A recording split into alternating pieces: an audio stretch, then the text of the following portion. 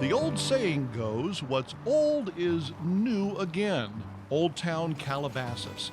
Shops, restaurants, old country feel, plenty of traffic, the kind with 4 wheels and 2 feet. But like everything else, time eventually takes its toll, making Old Town look really, old. So one of the main purposes of the project was to bring new life to the Old Town.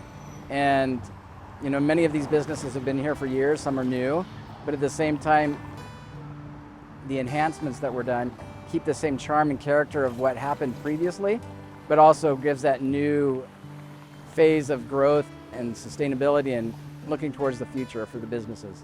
In 1994, the city adopted the Old Town Calabasas Master Plan and Design Guidelines. These guidelines were followed and incorporated in design and construction of this project in order to maintain historical and cultural value of the city's downtown. We get some ideas what public is looking to get out of this by the end of this project, and then we implement it into the design, and then we begin. So, in early 2022, it was time to make a change.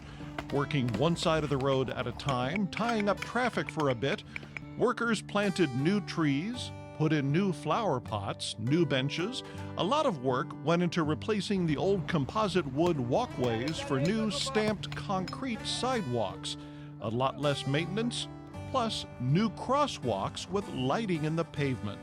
Safer for pedestrians. All the people were understanding of our constraints during the construction, and we tried to work with them to make sure all the businesses stay open during construction and nothing was interrupted. Several months went by, then finally the ribbon was cut, and Old Town officially opened, making the public right-of-way right, all making this old town look new again.